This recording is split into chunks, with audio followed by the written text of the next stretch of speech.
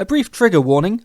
This video sees me making this kit into something historically inaccurate. Now, if that's the sort of thing that triggers you, then please don't forget to hit that dislike button, comment below as to why you think I'm an abomination, and subscribe for more triggering videos in the future.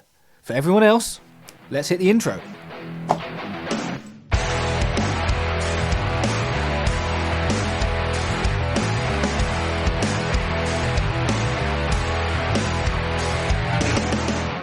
Hello, Captain VFC here with another build analysis video, or BAV, this time of the Airfix Folland Gnat T1 Yellow Jacks starter set or gift set.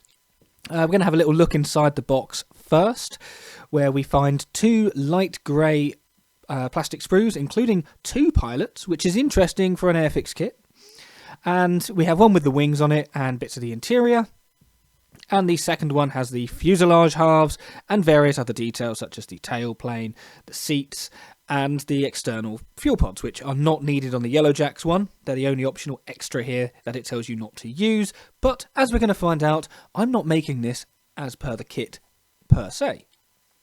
The quality of the moulding is absolutely fine, or at least so I thought at this stage. More on that later. And then you have one clear sprue as well. The decals are printed by Cartograph and therefore are fantastic. You only get the one option with this, which is XR992, so it has blue registration code, and as such I won't be using most of those either, but they are beautifully printed. And the instructions are exactly what you would expect from an Airfix kit. You have the warnings on the first page, and then over 3 pages, assembling the kit in black and white makes it nice and clear. I'm obviously a little bit biased because I'm used to these sorts of things anyway, but I do think that you shouldn't really struggle assembling if you follow these instructions. Now we're going to move on to the construction, which is going to be happening underneath me talking. So rather than tell you every single piece that I'm gluing together, this is more of an overview. So as a general rule, this was made following the instructions, other than the painting. So with these starter sets or gift sets, they come with a paintbrush, polycement, and in this case 4 paints, and the instructions are tailored towards only using those 4 paints, in this case silver, black, light grey and yellow. Detail in the interior is not necessarily meant to be just those 4 colours, so what I did, and what I would recommend you do if you get one of these kits and you want to understand a little bit more about what the interior should look like, I went onto ScaleMate and I downloaded the instructions for the regular release of Airfix Gnat, and I followed the painting instructions on there. Not that there is that much difference, but it does change things like the exhaust, which should be a gunmetal-y colour, and the interior has more to it than just grey and black. Assembly was very, very, very simple. Because this is a tricycle undercarriage aircraft, I always get paranoid about weight, got to make sure it sits on its nose, but it's completely not necessary with the Gnat because it doesn't need any weight. It sits on its nose anyway, and is a very dinky little thing, and despite sitting with a deliberate upward angle, as you'll see, it doesn't have a big enough tail to counter that long nose. Therefore, no weight required. So, thumbs up. Good job. Yeah, you will see me making the interior here, and constantly, I say constantly, I cut a lot of it out, but I clamp it against the side of the fuselage quite a lot. That is to make sure that it absolutely fits, especially given that some of the sidewall detail is on the other side, the air intake, and as such, visually, the outside could be impacted by an inability to glue the interior together. Honestly, I don't think this precaution was needed because the plane fits together really, really well. I mean, there's no issue at all. It just basically makes itself. I made this after a couple of beers, and it was absolutely fine. I think you have to actively work hard to get this to not fit right. It's just one of those kits. Anyway, whilst I assemble the kit in the background, I want to go over a little bit of a history of this rather interesting and quite unusual aircraft. After the Second World War, and with the advent of new jet technology, combat aircraft were getting larger and larger, and the Folland Gnat was developed to counter this and make a small, compact, affordable, easy to operate and maintain fighter. In this capacity, Britain were not really that interested in it, and it was sold as an export aircraft to countries like Finland and India, who were interested in it and attained good success with the type.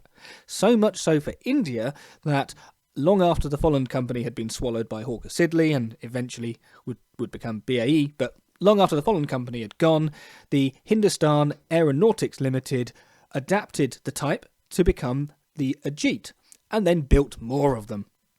Again, showing that there was definitely some success to this aircraft.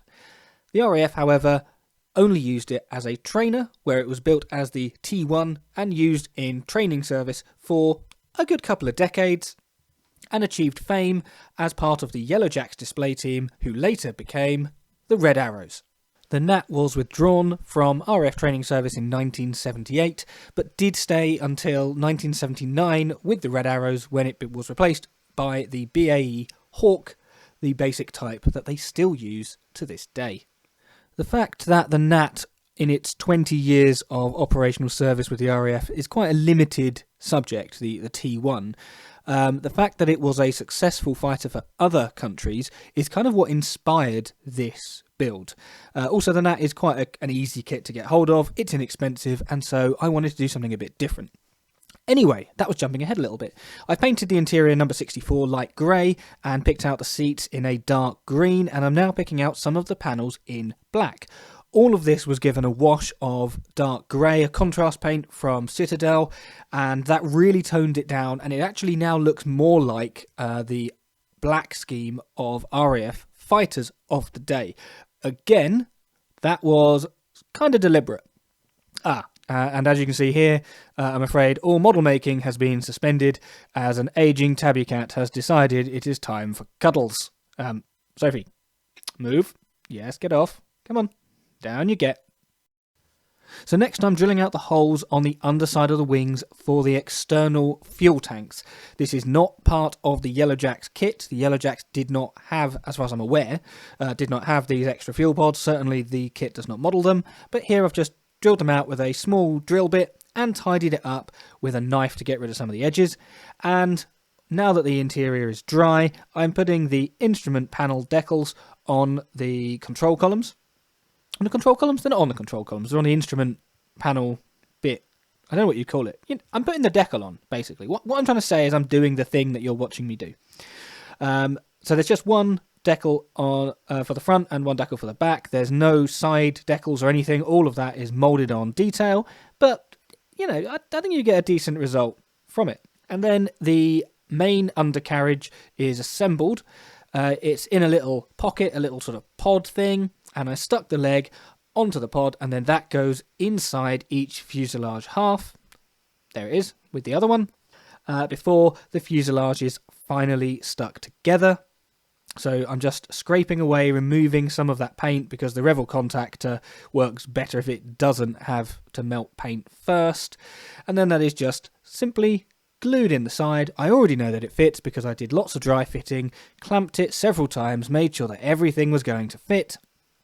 And then, et voila, the fuselage goes together and this plane is really starting to take shape.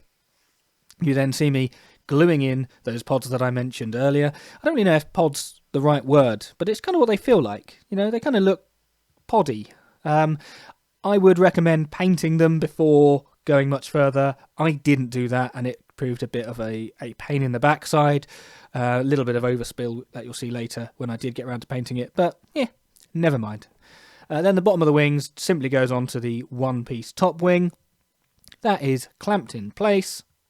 The other side matches, and that is left to dry.